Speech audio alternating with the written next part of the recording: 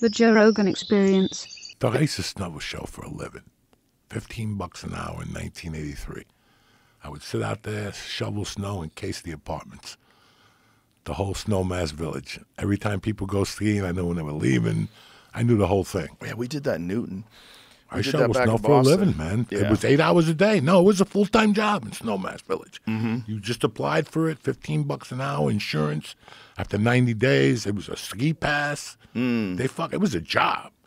It was a fucking job. That was your job. Have you been to Aspen lately? No. It's crazy.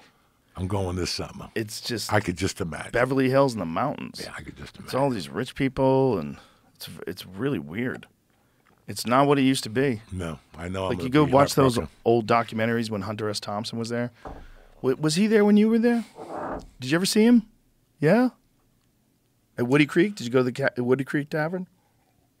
I used to go to get weed, and the nachos were fucking delicious there. Yeah. Food's still great there. Did you go? Yeah. Is it still open? Yeah, it's still open. I ate there a couple years ago. No shit. Yeah, we went to Aspen for a ski trip, and I said, we got to go to Woody Creek Tavern. Got to go pay respects. Doug, that was a place. Think about an 18-year-old kid.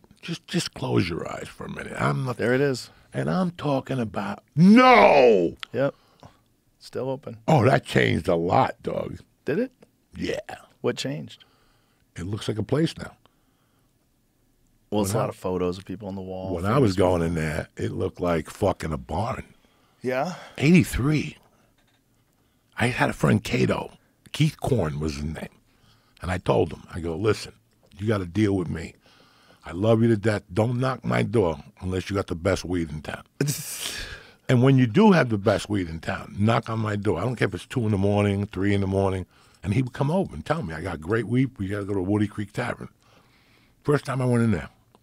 Now, you want me to lie to you and tell you I knew who Hunter Thompson was? I didn't know who the fuck he was. First time I went in there, he was in there with Bill Murray.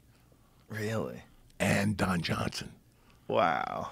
All right. First time I went in there. The second time was Don Johnson. The first time it was Bill Murray.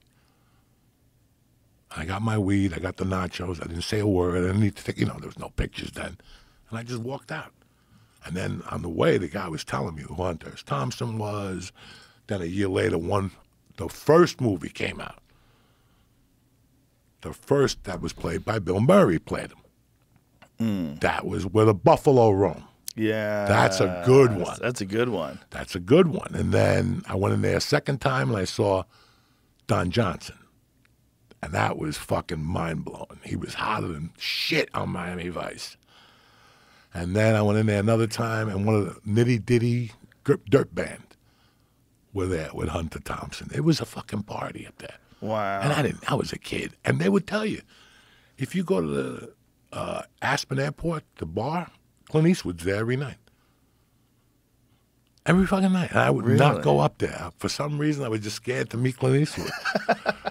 And you're young. And Don Henley picked me up hitchhiking. Really? One time, I got in the car and he had that song, it was 83, 84, so he just put out Dirty Laundry. And he was big, the Boys of Summer. Yeah. I'm in the fucking, because Aspen used to have a hitching post. Okay, so when you finish your job at Aspen, you could just go to a hitching post and stand out there. If people went like this, that means they weren't going down valley. So if they did this to you, that means they were just going to like Snowmass or something like that. Short trip. And people would pick you up all the fucking time and just talk to you. What's going on? Where you from? Oh, I'm from there. Wow. And the first time it was Don Henley, and I still lived in Basalt. And then 4th of July, 83, I moved to Snowmass, and I was hitchhiking, and John Denver picked me up in a Jeep. John Denver picked you up? Fucking Denver, Joe. Wow. And I'm like, come on, this isn't, no. And he's like, if you're not doing anything, I'm doing the thing. He does a charity up there every fucking year or something. I didn't even know. I was just He's saying car. Come to the show? Yeah, like, come up. It's free or some shit. And I'm like, wow. I just moved to Snowmass. I don't know anybody. Then like a month later, I go to Conoco in Old Snowmass. There's Snowmass Village and there's Old Snowmass. And I went to Old Snowmass because the guy was from New York and he had hot dogs. And I remember going there and seeing Goldie Hawn with Kurt Russell, like nothing. Sandals on. The girl, Kate Hudson, was a baby. Wow. Maybe 2, 3, 4, with her brother, a little brother that was a little older than her, maybe. I used to see them all the fucking time, man. Sidney Poitier used to come into the video store. I was shit. That's when I asked Robin Williams for an autograph. He told me no, and he had body odor. He stunk so fucking bad. He had been in the coke thing for like 4 fucking days. Oh, no.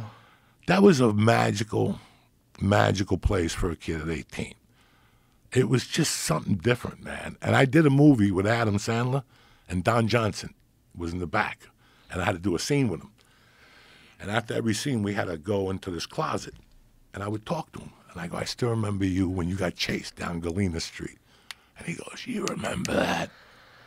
When Miami Vice was hotter than shit, like 86, I was in Aspen. And one night we were at like Patty Bugatti's. And you see a bunch of people running down the street. It's a bunch of women chasing Don Johnson. Wow. He's fucking running with his bodyguard down the street of Aspen. Fucking crazy shit. I can't imagine what it's like now. It doesn't have that homey feeling.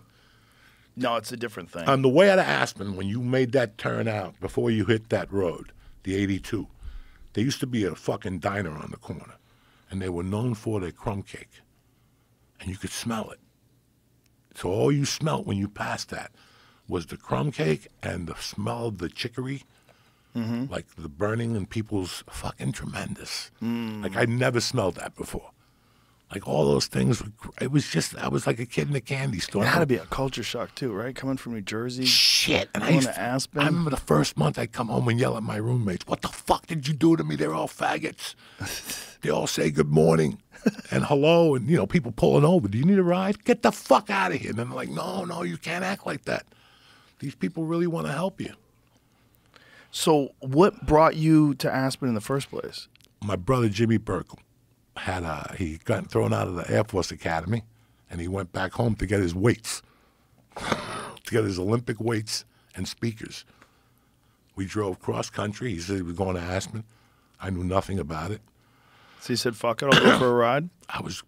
20 people were looking for me, so I had no choice. So I came up with like $1,500. I bought the car for us to drive in. The axle fell off. And it was weird because he told me a date when he was leaving. But I was planning on robbing this bookmaker for a ton of dough.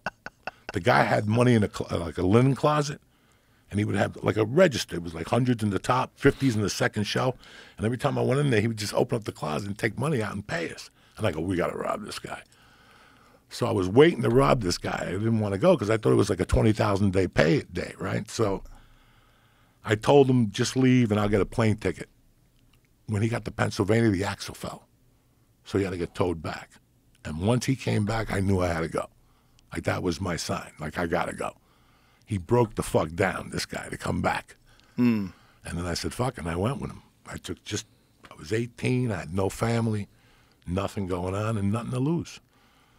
My cousin was up there. I had a Cuban cousin, Tweety, who got caught fucking throwing coke out of a bale.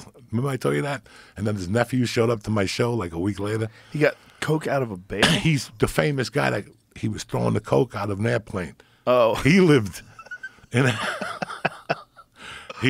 Aspen. That motherfucker did 25 years in America and another 15 in the Bahamian jail. Really? And he's out now. Wow. He's old, he's old.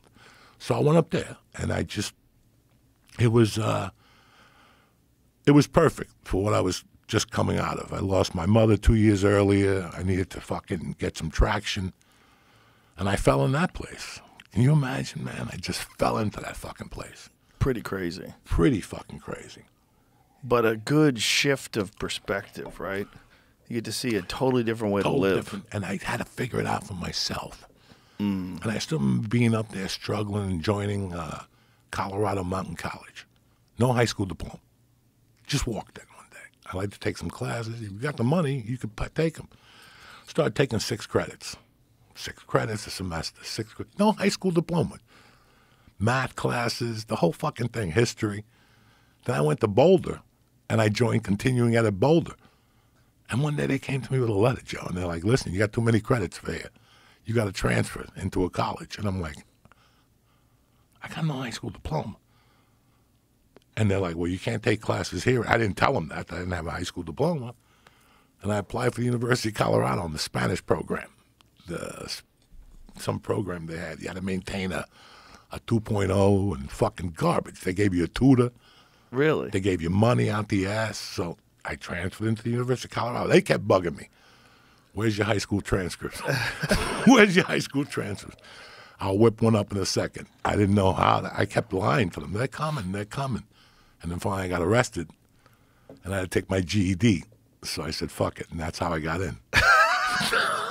When you got arrested, you had to take a GED? Well, when you get arrested, when they were thinking about me, I had to show the judge I was trying to get my life together. And that was on the list. Oh, I see. So I took the GED, and then I went to the University of Colorado, and then I got thrown in prison. You're probably the only guy that's gone to college and then went back and got his GED. Can you fucking believe that? There was no computers back then. They just, whatever. It was Colorado at the time. Yeah, bring it next time.